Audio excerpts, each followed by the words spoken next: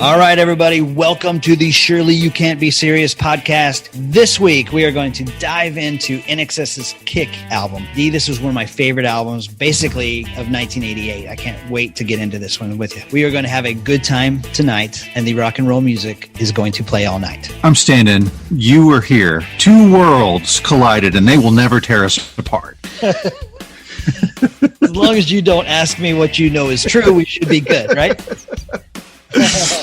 Yeah, this may not be the song that we need to listen to together necessarily, other than for this podcast. Hello, everybody, and welcome to the Surely You Can't Be Serious podcast, discussing and debating the iconic and the forgotten of 80s and 90s pop culture with your co-hosts, James D. Graves and Jason Colvin.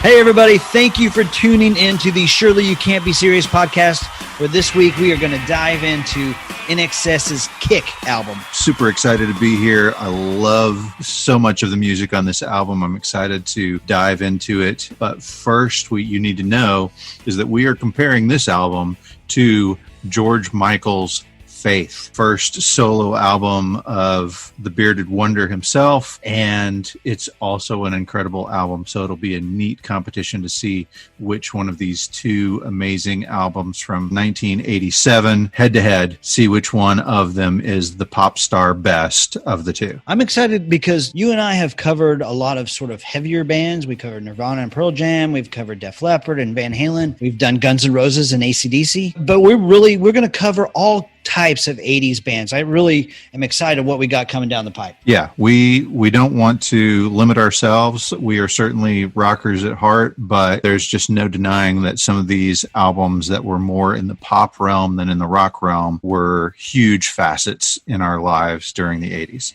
That's right. And there's tons of interesting stories as we dive into these. The stories behind the songs, the stories behind the artists. Both of the singers, George Michael and Michael Hutchence, they're gone. They're no longer with us. Yep. It's going to be interesting to dive in and take a fresh look and appreciate what they've left behind for us. Absolutely. Two guys who look better than any other human being on earth in a leather jacket and no shirt. Two guys who could have bedded just about any lady in the entire world in 1988. I don't know why you're limiting it to lady, but okay. That's true. That's right. Knowing what we've got in front of us, let's dive in. Okay, this is really cool. INXS's Kick album, this is how old this is. It came out October 12th, 1987 on LP and cassette. Yes. Yeah. And October 26th on CD. Had two different release dates, one for the tape, one for the CD, basically. So, right. CDs were just becoming a thing around that time. Oh, yeah. I didn't have a CD player at this time. I was cassette all the way. All right. So for those who are not familiar with this band, it is actually pronounced INXS. Right. It's not Inks. No.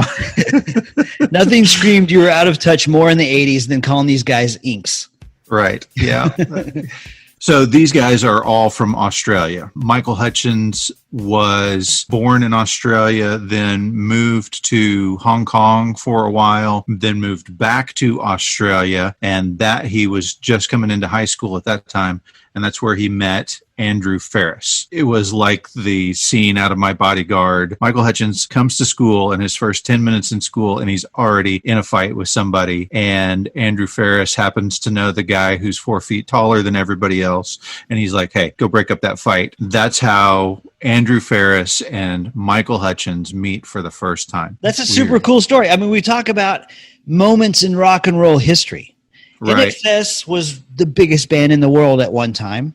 It started because a school bully started beating up a guy and another guy stepped in. Yeah, so they became fast friends, but then Michael Hutchence' parents unfortunately split up and he moved with his mother to Hollywood for about a year or so. He ultimately moved back, and at that time he met up with his old friend Andrew Ferris again, who by this time had started playing music. He actually had started playing long ago, but he had started putting together bands. When Andrew Ferris was only 5 years old, his family took a holiday and they went and they saw the Beatles perform live. Wow. Yeah. That's awesome. I saw Kirk Pengilly talk about how they were in class. These guys, all five of these guys went to high school together. Well, first of all, 3 of them are brothers, right? Right. You have Tim brothers. Ferriss, Andrew Ferriss, and John Ferriss. Yes. Then you have Gary Beers. I didn't stutter. That's his name, Gary Beers. Right. And then you have Michael Hutchins, who was getting beat up by the school bully. These are 6 guys who were high school buddies. But I saw Kirk Pengilly talking about how they were in biology class or whatever, and I guess he knew Michael as a new friend of Andrew's, and he looked over his shoulder in science class, and he saw in his notebook that had sort of sketched out a drawing of 2 guitars, and he thought, yeah, this guy's pretty cool. And they hit it off right from there. Oh, that's awesome. Yeah. So Gary Beers, his real name is actually Gary William Beers, and it's Gary Gary Beers. If you need to know the spelling there. And the reason that there's a double R and a single R is that it was a misprint on the album INXS, their debut album. And he just decided to go with it. He just like, yeah, well, I'll be Gary double R, Gary single R Beers. And he was in a band called Legolas Elfin Warrior in 1975. He played acoustic guitar for them, but he wasn't really very good at the acoustic guitar. And so he switched to bass, but then refused to take lessons and seemed to do well at it anyway, despite the fact that he wasn't taking lessons. And so he formed Dr. Dolphin with Andrew Ferriss and some other classmates named Jeff Kinley, Kent Kearney, and Neil Sanders. And they can be put in that category of Mark Stone. No, really. I used to be in INXS for about 5 minutes. Yeah. That guy, yeah. So at the same time that they were doing Dr. Dolphin, Tim Ferriss was playing in various groups with his friend, Kirk Pengilly. And John had actually tried out. John was the youngest of the Ferriss brothers. He had tried out to be a drummer with a band called Guinness with Tim and Kirk, but he was turned down because he was 9 years old. When finally, the 2 groups, Tim Ferriss's group and Andrew Ferriss's group, merged together to become the Ferriss brothers in 1977, John joined as the drummer at that time. I can only imagine that they called themselves the Ferriss brothers because, like, everybody at their high school knew them as the Ferriss brothers. Like, that was just much easier than trying to figure out a new band name. They're like, everybody knows you guys. We'll just call you the Ferriss brothers. As dorky as the Ferriss brothers band sounds, is that any different than Winger or Bon Jovi or Van Halen? Yeah, good point. I show that they were also called the Vegetables sometime between Dr. Dolphin and INXS. That name is substantially less cool than INXS. Slightly less cool than Dr. Dolphin. Way less cool than INXS. So once John had graduated from high school, they changed their name to INXS, and they all moved to Sydney to start doing the pub scene. Let's talk about the name for just a second, okay? I don't want to get too far ahead. They were supporting Midnight Oil, okay? Midnight Oil is a big Australian band, right? Beds Are Burning, you probably are familiar with that tune. Dun, dun, dun. That's it. You got it. But one of the guys from Midnight Oil encouraged them to change their name. He wanted them to have a new name, and he recommended they change it to INXS. That's INXS. That was inspired by the English band XTC, Ecstasy. Right, Ecstasy. And IXL. So that's how they came up with the name INXS. All right, so the band's first performance as INXS was September 1st, 1979 at the Ocean Beach Hotel. And this is the time in their career where they're kind of kicking around the idea of being a Christian band. Oh, yeah. So after performing on the pub scene for about a year, they landed a record contract and they released their debut album, which was called INXS, in 1980. INXS released their first single, Simple Simon / We Are the Vegetables, in Australia and France in May of 1980. Then they had another one called Underneath the Colors in 1981. Both of those were big in Australia, and that led to them getting a contract with Atco Records. And in 1983, they released their U.S. debut, which was Shabu Shaba, and they started touring with a big hit that they had off that album called Don't Change. So between 1980 and 1984, they did 4 studio albums. But in 1983, they were a part of a festival that we have talked about before the festival that involved the largest pay date for any band in history, that being Van Halen. Yeah. But INXS was a part of the US Festival, second edition, 1983, and they talked about performing there, and they got called back out for an encore, and it felt amazing. I mean, this is 83. This is before any of these songs have made them international successes, and they got encored back out, and then they went home, and they had some chili, and they watched the news, and the news was showing only them as the band for the US Festival. That is had fantastic. to be amazing, yeah. 5 high school buddies who used to copy off each other in science class are getting encored at the US Festival. Yeah. Amazing. For the next album that they did a few sessions with the producer Nile Rodgers, and that's where they got that funky Original Sin, which showed that they were kind of changing their feel from this kind of new wave style to more of a combination of Rolling Stones type rock and dance music. Okay, let's talk about the Original Sin. First of all, yeah. Nile Rodgers, who you will remember from our Coming to America episode, he is the composer that has that big "The Lion Sleeps Tonight" intro at the beginning of Coming to America, flashback to our Coming to America episode. The Original Sin, that song in 1984, yes, that song was big and impactful, kind of in a negative way. So I saw this interview with the band. I thought this was really interesting. So there's a couple of lyrics in that song. Dream on, white boy, dream on, black girl. And so some people took that as interracial marriage, and the world wasn't really ready for that. And so, but certainly not the Bible Belt back in 1984. That's true. And so there were a lot of radio stations that wouldn't play that song.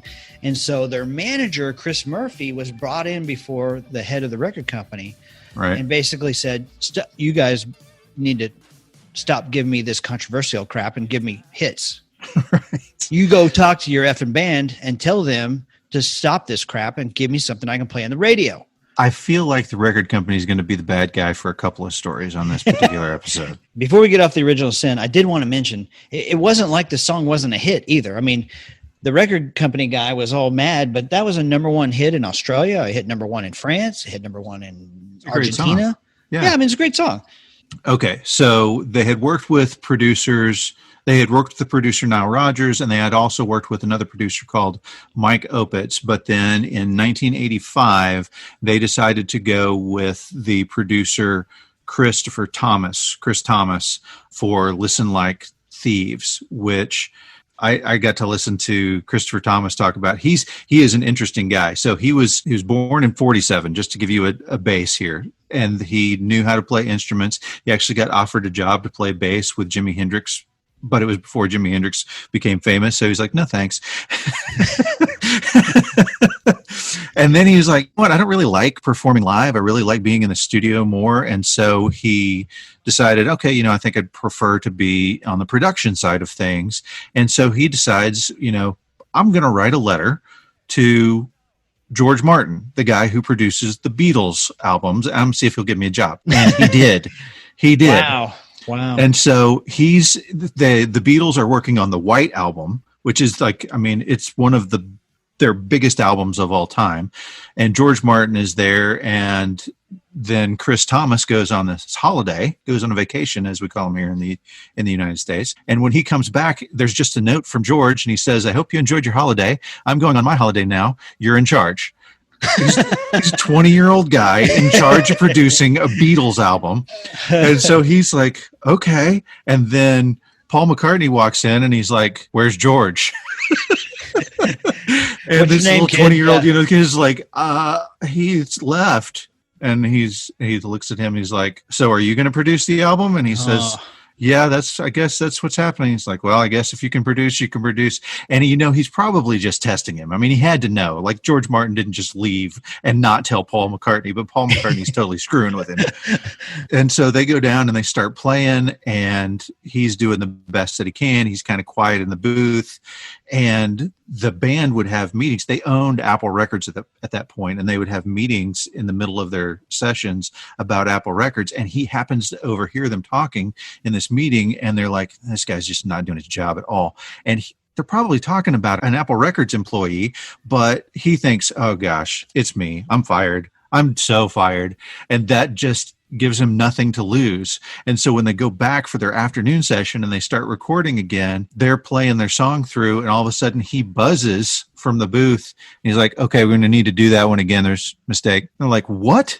The Beatles. The Beatles are like, there wasn't a mistake. He's like, there was a mistake. You need to start it over again. And they come up to the booth.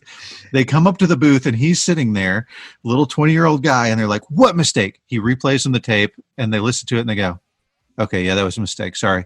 Wow. And they go back down to start recording. And at the end of the day, when he's expecting to get fired, they're like, okay, bye. He's like, do I come back tomorrow? And they said, if you want to.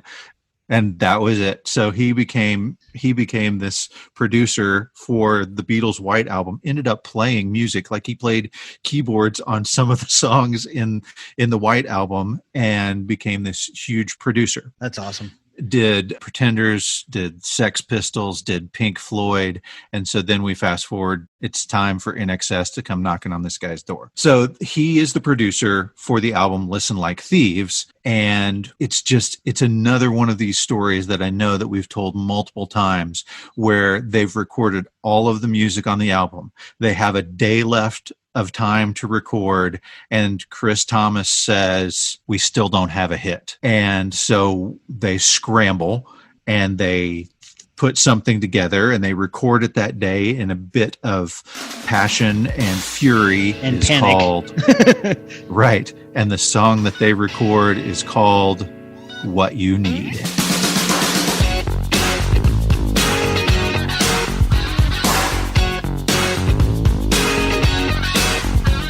This song was huge in 1985. What You Need reached that key piece of success that so many bands that we have talked about so far have reached, that I feel like I'd be remiss not to mention it. It was covered by Weird Al Yankovic in his 1986 Polka Party.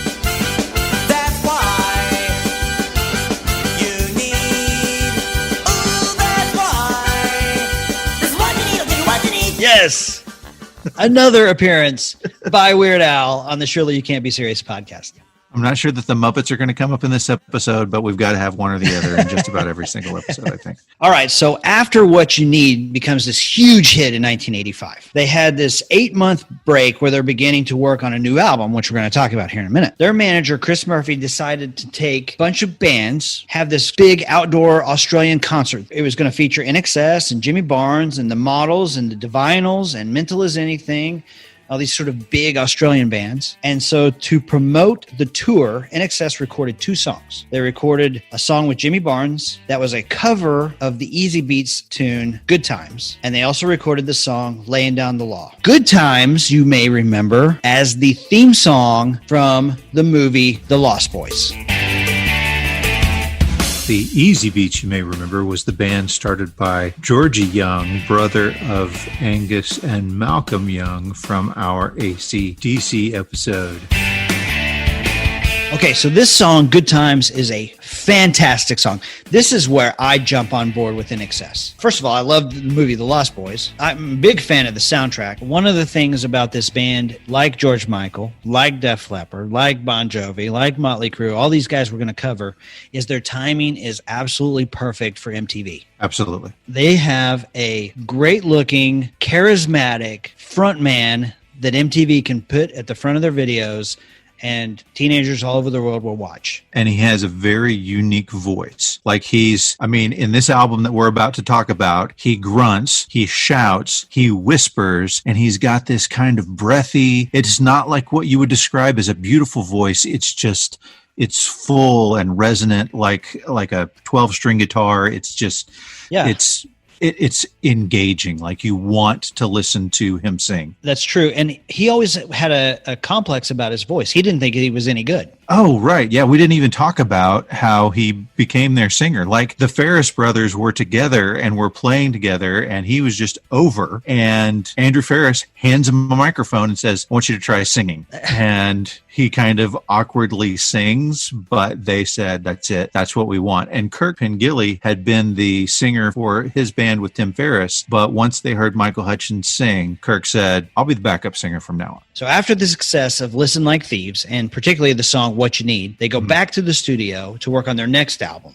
Yes, in January 1987, they go into Rhinoceros Studios, which is in Sydney, and they start recording Kick. This is their 6th studio album. They bring Chris Thomas back to produce. They were on such a high from their success that Nicholas said that when they started recording, he said there was this really good feeling in the studio that this was going to be something big. The band had just come off a really successful tour of the U.S. on the back of Listen Like Thieves, which really broke them, and they were on fire. According to guitarist and saxophonist Kirk Pengilly, he said, we wanted to make an album where all the songs could be possible singles. Andrew Ferris said, anyone can write a song that sounds contemporary. We wanted our songs to sound like the future. In preparation for this podcast, I watched some of their early videos. They seem more kind of like Devo or something. They're kind of new wave, and they're definitely not the pop rock, hit making band that they later became. All right, so I think you mentioned this, but I did want to talk about this for just a second. Towards the end of 1986, the band members gathered at the Sydney Opera House to rehearse songs that later became the album Kick. Is there any better place for an Australian band to meet and rehearse other than the Sydney Opera House? I mean... Okay, so during the production of this album, they were still booking dates for the band's upcoming European tour. And this was irritating Chris Thomas because he felt like they were devoting so much time to that they weren't creating good songs. And he said they had this incredible momentum building and were gaining fans all the time. And there was this audience waiting for this product, but I decided they didn't have the right songs yet. And so what he said to him was, you guys need to go be alone for a while and write some more songs. Before this album, the band was credited as the writers of the song. But before they produced this album, based on the success of What You Need, Hutchence and Andrew Ferris said to the rest of the band,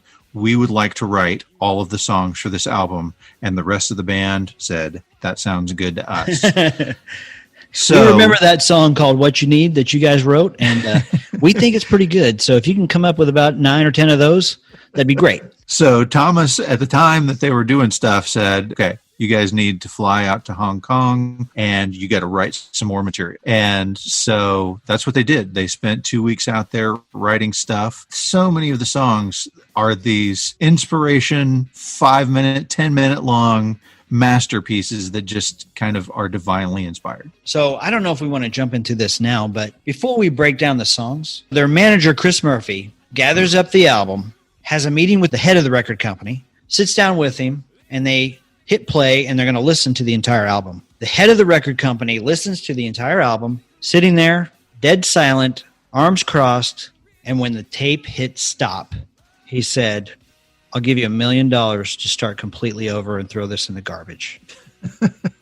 And the manager's like, what are you talking about? I mean, this is the album. He's like, no, this is garbage.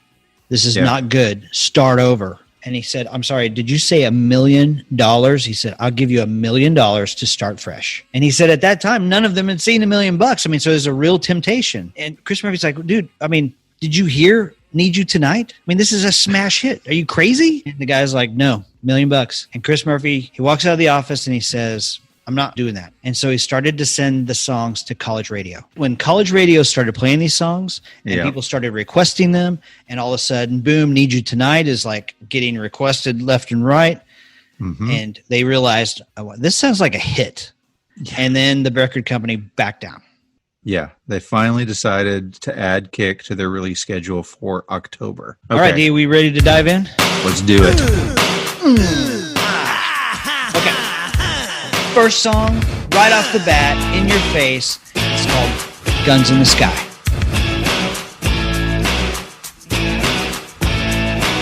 So this song came from, even though these were Australian guys, this came from Reagan's plan called the SDI, which was more colloquially known in our day back in the 80s as Star Wars. That there would be machines up in the sky that would be able to shoot down Soviet missiles to keep the Soviets from being able to bomb the United States. And I got to tell you that probably led to the Soviets going, "You guys win. I guess I give. You're seriously gonna have lasers in the sky." So Michael Hutchence writes this song with his idea being, why are we going to spend money on lasers in the sky when there are so many more worthy causes that can help people? There's actually a video for this one. I had never seen it before, but this is one of many videos directed by Richard Lowenstein from this album, and it's just Michael Hutchence walking down a hallway filled with the band members, intermingled with images of Reagan and Gorbachev and the words SDI. Okay, so I watched this video. I really like this video. Number one, it's constant movement, right? So the song's really rocky, heavy guitars, especially for them, and it's a lot of yelling, like guns in the sky, But they're walking down the hallways and they're all playing the guitars. I think I was telling you this. So, some of the guys play keyboard. One of the guys plays a saxophone. You have a drummer and bass and guitarist, but they all know how to play guitar. And so Michael Hutchence, he's being escorted by 4 other guys who are playing strong guitar and the drummer, but they're walking down the hallways of a hotel in constant movement, right? The camera just keeps moving. And it looks to me like it's the friggin' Overlook Hotel from The Shining. But but yeah, they're interspliced with big words. It's guns and sky and SDI, USA, CCCP, if you remember those days, right? Whoosh. And then at the very end, it says INXS stop. I love this song. It's a great kickoff song to the album. It's high energy. Like I said, it's a hard rocking song for them. And it's like a chant. It's like a fist bumper, in the concert, you're yelling guns in the sky. I will make mention too that during this time in my life, of course, I'm 14 in 1987, the Star Wars defense program, I was all on board just because it's called Star Wars. Right. Star Wars, yes. When do we get to meet Luke? I freaking love Star Wars. That's a bit of brilliant marketing right there is what that is. Yeah, exactly. I think that Han and Chewie are going to be chasing down missiles, but I'm not sure. Some interesting lyrics on this one. So this song was actually not written by Andrew Ferris and Michael Hutchence. This is just Michael Hutchence by himself. He wrote this one all by himself. Right. Well, supposedly. Okay. Yeah. So they as the duo wrote all of the songs on this album, but they had decided together, hey, you'll have one, I'll have one. And so Guns in the Sky was Michael Hutchence' one, and Meditate was Andrew Ferris's one, but really they ended up helping each other out on both of those songs as well. Nice. It's really the duo on all of them. But yes, the Guns in the Sky was primarily Michael Hutchence. Okay. That's cool. There's some interesting lyrics in this one. These are concert type lyrics, right? So you raise them up, you bring them down like a clock at 2. It's concert stuff. Right. Put your hands like a clock at 2. All right, you in the back, like a clock at 2. So, next track on the album is New Sensation. Live, baby, live. Now that the day is over, I got a new sensation. Perfect moments, but so impossible to refuse. Okay. This song is amazing. This is a pop masterpiece. The hook is incredible in this song. One of the best songs on the album. Arguably the best. Not my favorite, but arguably the best song on the album. I would say the same thing. It's not my favorite, but it's arguably the best. This song reached number 3 on the U.S. charts. The number one song in the country that week, Hold On to the Nights by Richard Marx. Right. The number 2 song was Pour Some Sugar on Me by Def Leppard. Flashback to our Hysteria episode. And then number 3, New Sensation at number 3. For the record, New Sensation is a way better song than Hold On to the Nights by Richard Marx. Poor Richard Marx. I did actually like a couple of his songs, but we do kind of trounce on him a little bit. We do, and I'm sorry about that. Maybe we should. No. I'm not saying we're wrong. I'm just. Hey, I went to a still concert. way better song. You went to a Richard Marx concert? I did. I froze my rear off too. So my girlfriend forgot her coat, and a cold front moved in, and I froze my butt off. So this song, the lyrics are about seizing the day, you know, the celebration of life, which is really, I mean, certainly for Michael Hutchence, what he seemed to be all about. The music, you got a banjo in there. I mean, that's a surprise for me for an Australian new wave / dance / funk / rock band. Just throw some banjo in there. But what you don't have in there is a trumpet, even though Michael Hutchence yells trumpet just before the sax solo. Tim Ferriss wanted this to be a trumpet solo. He wanted to do the trumpet solo on this track, but Pengilly, who always does their saxophone solos, said, "No, sir. We are going to make this a sax solo because we do sax solos." So if you are only familiar with this song from the video, you're not going to know what I'm talking about, because they took that trumpet part out. Because how stupid would it have looked for Michael Hutchence to go, trumpet, and then he comes out with a saxophone in his hand. Okay, so the video for the song, like you mentioned, it was directed by Richard Lowenstein. It was filmed on the roof of the municipal house in Prague. So Richard Lowenstein, before, like I said, he's going to come up a few more times, but I got to say it now. Richard Lowenstein also directed a movie called Dogs in Space, starring Michael Hutchence. Wow. I can't say that I've seen it. This is actually their most played live song of all time. This is the video that has Michael Hutchence with his hair slicked back, right? Yeah, he's wearing a tie, like a coat and a tie, and yeah, so totally different look. And when I went back and watched it again, I was like, this is very Robert Palmer. Like, this is, I mean, he's got the band behind him instead of, you know, girls pretending to play music, but it's very Robert Palmer. And then we also have this very cool effect that's another part of the video where the band is singing in kind of a stop motion style the lyrics to the song as these tracers of lights go back. Yeah, that's really cool. Yeah, very reminiscent of the Sledgehammer video.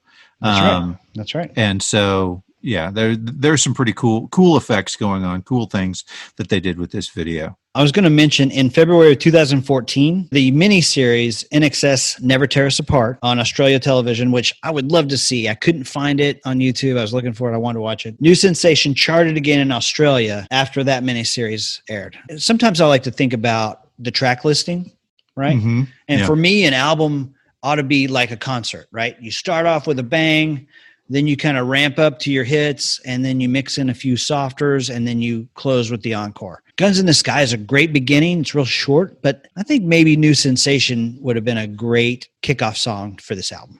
Sure. Just pop it in, push play, and you get that, boom, that hook right off the bat. Great song, huge song. This was their third single, released March 31st of 1988. We ready to go on? Are we moving on? Yeah. All right. Yes. Next track on the album is Devil Inside. Devil Inside. Every single one of us. The devil inside. Here come the woman with a look in her eye. Wrist on leather with flesh on the mind. All right, so this was the second single. Yep.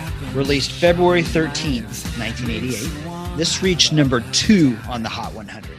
This is another killer song. Oh, yeah. The beat is so solid and so strong.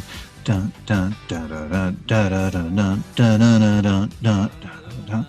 It is awesome. And the lyrics, again, they just ooze that kind of the forbidden and, what you want that you can't get. And Hutchins said when he was writing these lyrics, he was in kind of a God and the devil phase. And he said he thought that it kind of had to do with the chaos of everything. And when you put it into religious terms, the devil is the thing that's chaotic. This is what he said. So that every time you think something is right, he comes in and changes everything. Kind of a sad concept when you consider his life. I mean, his personal life ends in complete chaos, but we'll talk about that later. Yeah. But yeah, the beginning of this song, you have that sort of Caribbean type of sound, and then you have that real hard strum of the guitar. And at that moment, I'm like, I'm in. This song is great. I'm 5 seconds into the song and I love it already. So video for this one, Kirk Pengilly was not a fan because he felt like it was too American, which I don't really know what that means, but it was filmed in California. So I can see how that would be pretty American. I can tell you that anytime I can forget all things about this video, but the girl in the white dress getting onto the back of the motorcycle with the black leather clad bikers, it's going to be etched into my memory forever. I mean, this video had the devil mask, right? Like Michael Hutchins had that devil mask on backwards. Yep. When he flips around to do the right? But it's in a bar. You've got the skateboard, which is kind of cool. You've got all these sexy girls. It has a Lost Boys type of feel to it. Yeah. And you have this kind of beat it moment where the two, rival, you got the white preppy, elite coming up against the black leather biker gang, and then the band starts walking through like Michael Jackson pushing everybody apart, but more of a kind of sultry and move out of our way, guys, we're coming through kind of way.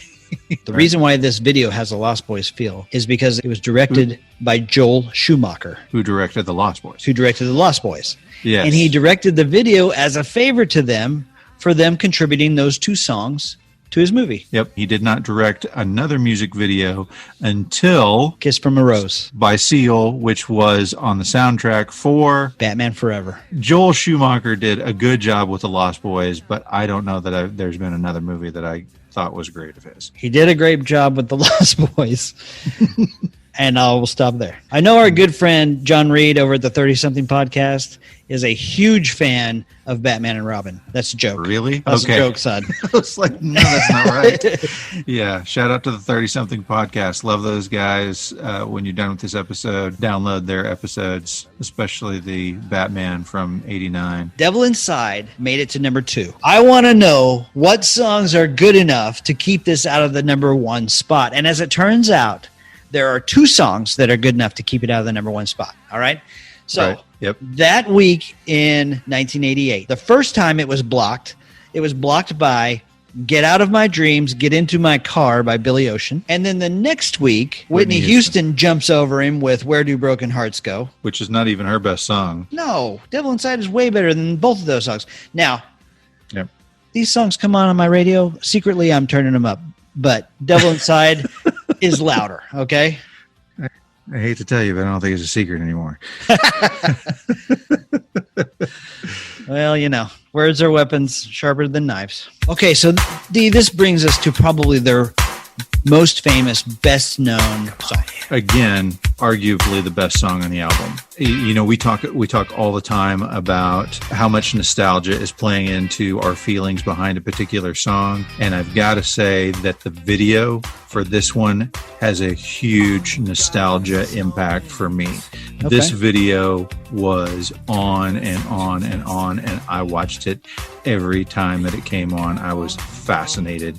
It was really, really unique style of video, and then their combination of Meditate at the end, which was a totally different style, but was still very cool.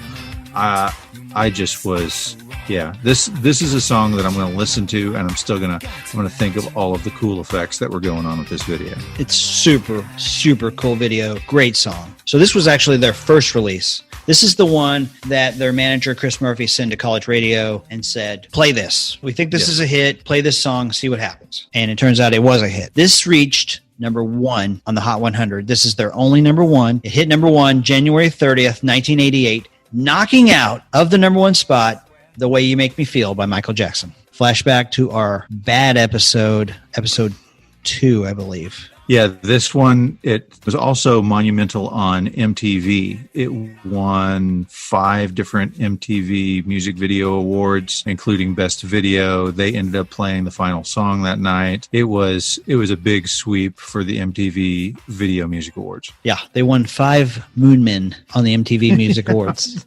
You'll remember from the video seeing John Ferris standing up with no drums, but playing with drumsticks, a la Journey Separate Ways video, although this was a much, much cooler effect. Well, they didn't do it at the Wharf, which, you know. This is the leather jacket, no shirt video where Michael Hutchence is walking around so seductively that it makes me feel uncomfortable as a heterosexual, but it is something that blasted them into the spotlight. This is the one that made them a worldwide major, huge success. So the guitar riff on this one is incredibly famous, and it appeared to Andrew Ferris in his head as he was just about to get into a cab to fly to the airport to Hong Kong. And so he said to the cab driver, "Wait just a couple of minutes. I'm going to go grab something from my room." And then he went up to his room and spent the next 45 minutes recording the riff and came back down an hour later, and the cab driver was very unhappy. And Michael Hutchence started writing the lyrics immediately and wrote them all within 10 minutes. All right, we done with Need You Tonight? Well, here's the thing. Is Need You Tonight part of another song or not? That's an interesting question. I say no. Okay. Well, here's my next question for you. If you are listening to the radio and they play We Will Rock You and they don't play We Are the Champions after that, are you irritated? Yes. Me absolutely. Too. Yes. I don't really understand that, but they go together like peas and carrots for some reason. They're recording Mediate, and somehow somebody had left a tape on of Need You Tonight in the background. And so as they're like, oh, wait, there's something else going on. And they stopped it and they listened to it to see if you could hear the song. And as they listened, they're like, wait a minute, this actually fits really, really well. The click track was the same speed. And so Andrew Ferris said, you know what? I think we need to kind of have these songs merged together at the end. And so that's exactly what they did. So I guess at this point, we're moving on to mediate. Or meditate. Or meditate. Or try not to hate or love your mate or don't suffocate. Right.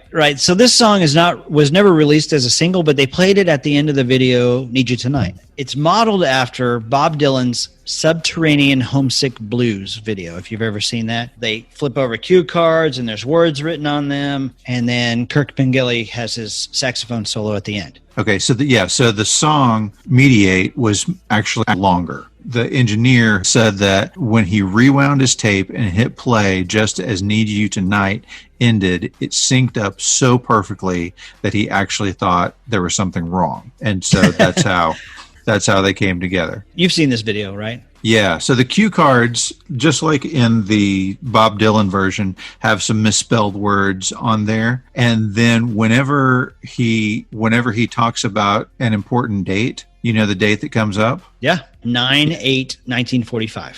Which, if you're in the United States like us, that sounds like September 8th, 1945, which is not a particularly eventful date. However, that's not the format that people in Australia and New Zealand and some of the other countries in the world use, which is to put the day first and then the month and then the year.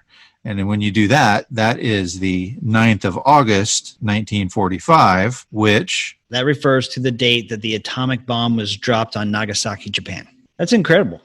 Yeah, when I saw that as a kid, I'm like, what the heck? First of all, I didn't have Google back then, so I couldn't look it up. And right. Like a special date. Even if you had World Book or Encyclopedia Britannica, you could not just go look up a date. That's right. I was going through National Geographics left and right. I couldn't find anything.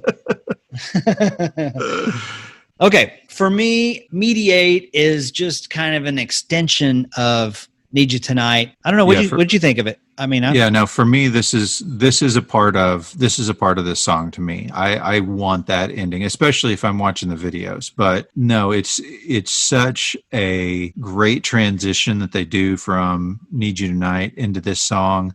And then once that sax solo comes in, it's totally different. It's a totally different sound, but it's beautiful and I love it. All right, let's move on. That brings us to the song The Loved One.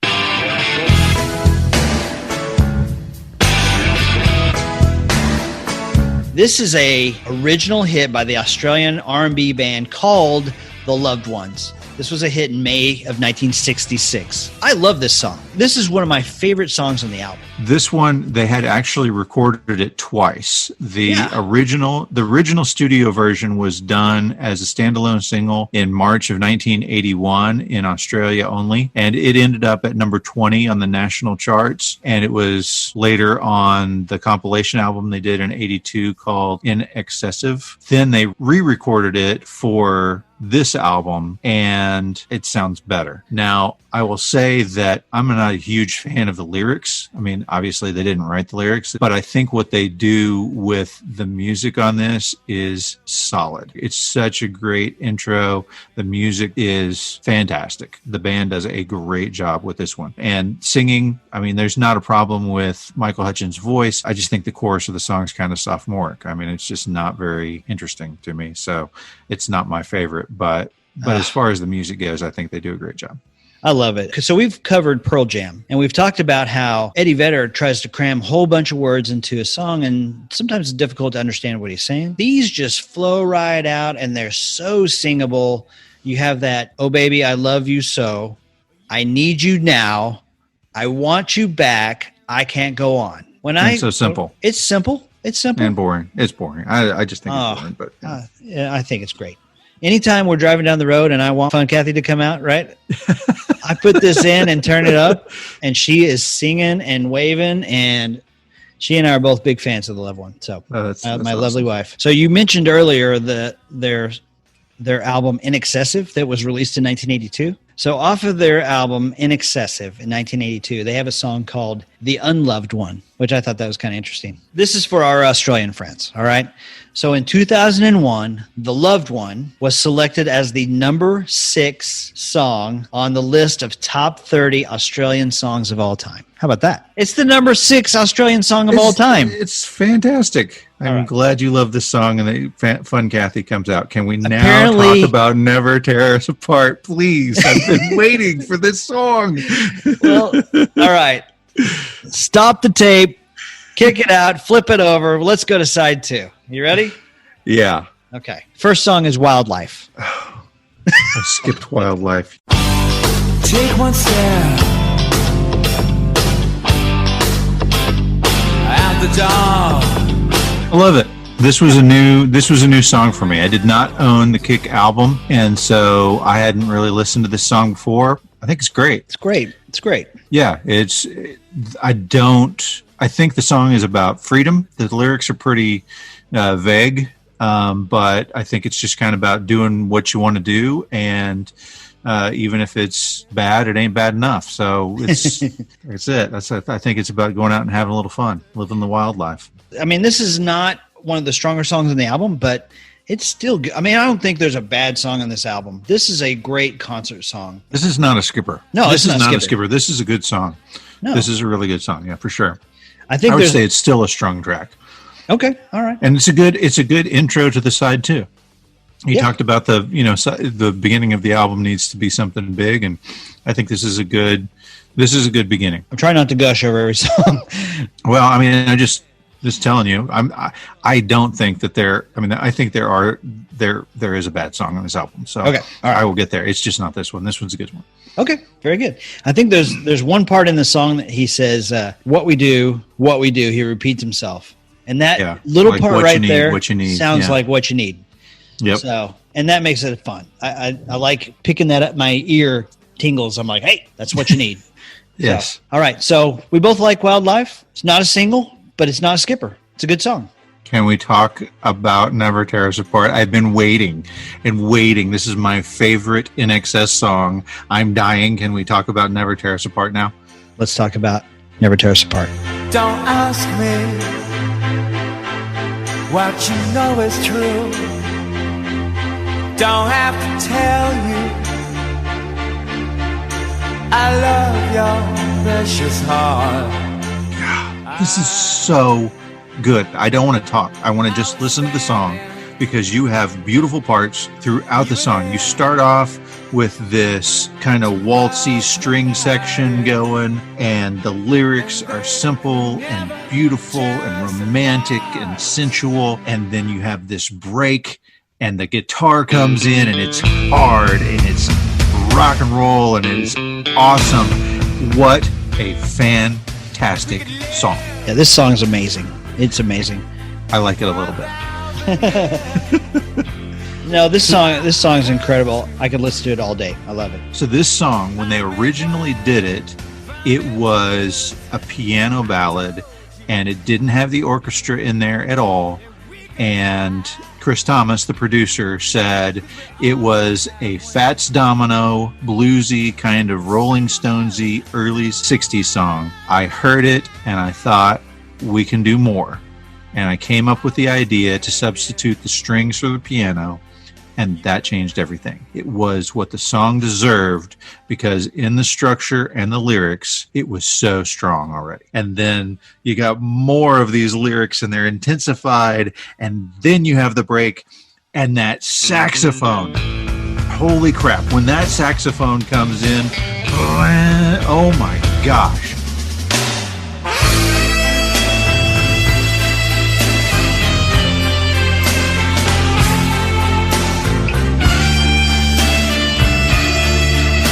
Is a song that exudes passion and sensuality with all of these kind of elements. You know, it's a waltz along with a rock song, along with the jazzy saxophone. It's amazing. It is absolutely incredible. I have a very specific memory about this song. I will take to my grave every time this song comes on. The first day of my sophomore year in high school, this is the song that my alarm clock kicked on. It will always be, to me, the first song I heard on the first day of school my sophomore year. The video for this one, another one directed by Richard Lowenstein, it was done in Prague. And you'll remember it's kind of this long one-shot take that starts off really with an establishing shot of the city itself. And they're in a park, and then Michael Hutchence is walking along in this very kind of autumn weather, and he walks by the string quartet as they're playing, and the video matches the feeling of the song perfectly. So this song has two stops in it, right? One at the 48-second mark and one at the 149 mark. Right. During live shows, they would stop and the band would turn out the lights and they would wait. I could just see this being great in concert, right? So that hard stop in the song and just kill the lights and just let the crowd just get worked Pumped up. And then come in with the boom, boom, boom, boom. Yep. I feel justified, and this is a sad thing that I'm about to say, but when Michael Hutchence died, they had his funeral at St. Andrew's Cathedral, and the band members were the pallbearers, and as they carried his casket, this was the song that was playing in the background. The kind of idea that even though you're gone, we'll never be apart. And the lyrics, I was standing, you were there. Two worlds collided, and they could never tear us apart. I don't know if you've had those moments in life where you must have. Everybody has had these moments where you like a girl, you're with the girl together, you haven't expressed your feelings for her, she hasn't expressed feelings for you, but suddenly, without any real preparation or idea, your eyes just lock, and then you throw yourselves at each other in a passionate kiss and embrace. And I think of that every time when I hear this song. Just those worlds colliding. It's awesome. All right, let's talk about the chart history for just a second. I think this is interesting. Okay. This song charted again in February of 2014 after that Australian TV series Never Tear Us Apart, the miniseries on INXS, which I would love to see. So it peaked at number 11 in Australia, surpassing its original peak of 14 back in 1988. In the United States, this song got to number 7 the week of November 5th, 1988. The number 1 song in the country that week, Kokomo by the Beach Boys. I cannot imagine why this wasn't at the very least a top 5 song. The number 4 song that same week, Yeah. The Locomotion by Kylie Minogue, who Ooh, yeah. Michael Hutchence and Kylie Minogue were kind of Australia's hot couple there for a little Yeah. bit. Are we done with Never Tear Us Apart? Yeah. I hate to be, but yeah, yes. Okay, so this brings us to a song called Mystify. All veils and misty, streets are blue. So I'm going to say here at the beginning that I very much like the way that the beginning of the song starts, but the video, I like it even better. I'm with you. I totally agree with you. In the video, it is just Michael and Andrew Ferris sitting at a piano and going over the song almost as if they're writing it. And I don't know how they did the video and how all this worked, but it's just the piano and Michael Hutchence singing like they're working together. It is not even I'm performing. I'm just singing like he's putting his hair in a ponytail. It's very casual, and it's a much better introduction to the song. And then when the big part kicks in, that's the point that you get the whole band coming in, and you've got you got a black and white style where it's like they're recording, they're doing their recording of the song in the studio. Yeah, when I watch the video, to me, it looks like you're getting a look behind the curtain. So Andrew Right. Ferris is at the piano. Michael Hutchence is kind of working with him. He's like, okay, yeah, do that again. All right. And then he just starts singing. It looks like they're writing the song. I need perfection, some twisted selection that tangles me to keep me alive. This was actually the 5th single released. It was released in March of 1989. Didn't chart in the U.S., but I really don't know why. I mean, the video's cool. The song's great. I don't know why it didn't quite strike a chord with the American audience at that time. But anyway, this song was written. It's a fantastic song. Yeah. I was gonna let you know, I reached out to a college and high school friend of mine, Jeannie Alexander, and I knew she was a big INXS fan. I just sent her a text this week and I said, hey, I know you're a big INXS fan. What do you have for me on Kick? You know, what memories do you have? And so she wrote me some stuff, but specifically she said that Mystify is her favorite song. She says it's silky smooth and powerful. The lyrics that start with that silken moment and just meshes with the twisted, tangled, powerful, wild with power. Said, how could one not love it? And so she's a big fan of Michael Hutchence. She said that was kind of one of her first big crushes. She said he was a good boy and a bad boy mixed together. So, Yes. Jeannie, thanks for that. We appreciate you. Thanks for listening. And thanks for that little tidbit on Mystify. Very well said. Very well said. All right, so this brings us to the song Kick.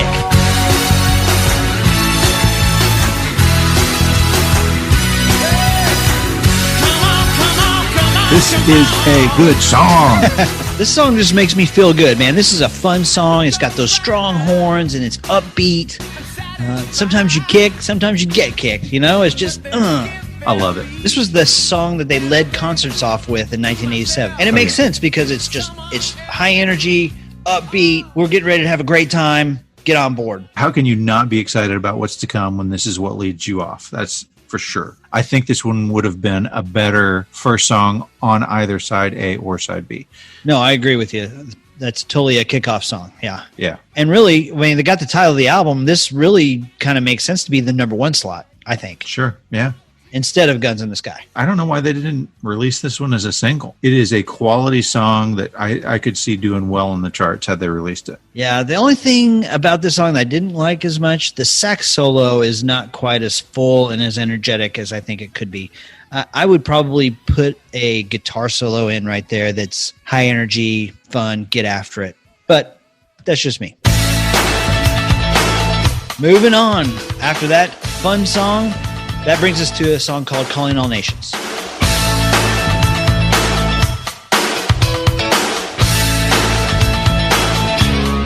Spend the whole day with your axe to the wheel.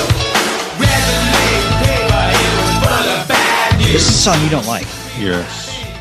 The music is okay, but This is Mediate was like a minute and a half long of this repetitive kind of rappy kind of na na na na na na na na na na na na, and this is an entire song of that. This is bland and a boring melody. Okay, well, that's fine. I still like this song. I'm not skipping this song if I'm listening. However, this sounds like a broken down version of New Sensation. In fact, I thought it was when I heard it for the first time. It has that same feel. It's just unlike New Sensation. It doesn't have a melody to it. Right, that's right. It's like a droning. It's not, I don't enjoy it. My biggest memory of this song came the summer of '88, and I think I told you the story off air, but MTV gave away this big INXS prize package the summer of '88, and I remember going, wow, that'd be freaking awesome. So MTV had this big summer giveaway, and it was win tickets to see INXS and, travel around the world. I don't know exactly where it was, but you got to go see INXS for free, and it was the Calling All Nations concert prize from MTV. So that for me, I'm like, oh yeah, freaking yeah, Calling All Nations. But one of the things that they gave away if you won this prize from MTV was a Texas trailer park. I mean, what? A Texas trailer park. That was the prize. Okay. I've always wanted to own a Texas trailer park, and I missed my opportunity the summer of 1988. Broken dreams. I like this song, but it other than Mediate, sometimes you get kicked. Sometimes you get kicked. This is probably other than Mediate, it's probably my least favorite song on the album, but I still like it. Not a bad song on the entire album for me.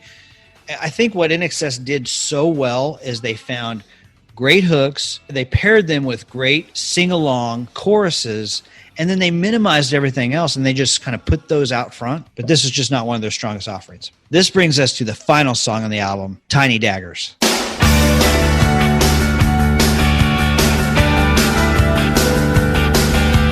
What a happy way to end the album. I like it so much. This could be the end of a John Hughes movie. Molly Ringwald is finally getting to go out with the boy that she loves.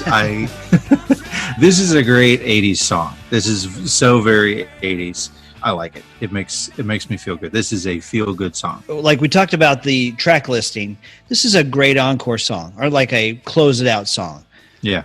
It's a thanks for listening, feel good, thanks for buying the CD, come back next time. Yeah, but yeah, I love this song too. I think this could have been a successful single. I am behind it as one that they could have released and done something with. This is one of those where, if in my mind anyway, if they had made we talked about the road concert video where it's, you travel with the band and it shows them backstage and then they go out front and, similar to like Home Sweet Home. Anyway, one of those videos where you see them rehearsing, you see them prepping, and then they come out and they're pumping their fist, and the crowd, I'm thinking Wembley Stadium, 90,000 people pumping to Tiny Daggers.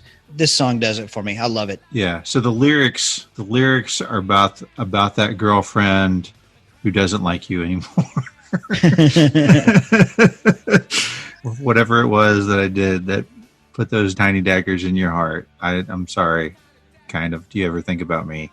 Maybe I shouldn't even ask that question. It's funny that it's those kind of sad lyrics to such a feel-good song, Yeah. I think it's cool that they come right out of the gate on this song. Boom, you're in the middle of the song, and it starts off with the chorus. Yeah. It's such a good song. It's a great, great closeout to the album. Makes me feel good. All right, so that wraps up the track listing for Kick. No bad songs for me. I'm turning it up. I'm having a great time. I'm feeling good. All right, Jason. So this album peaked at number 3 on the Billboard charts. Yes. Number 2 was Dirty Dancing. Yes. And the number 1 spot was held by George Michael's Faith, which we will take up on our next episode to determine who is the best pop star of October 1987 releases.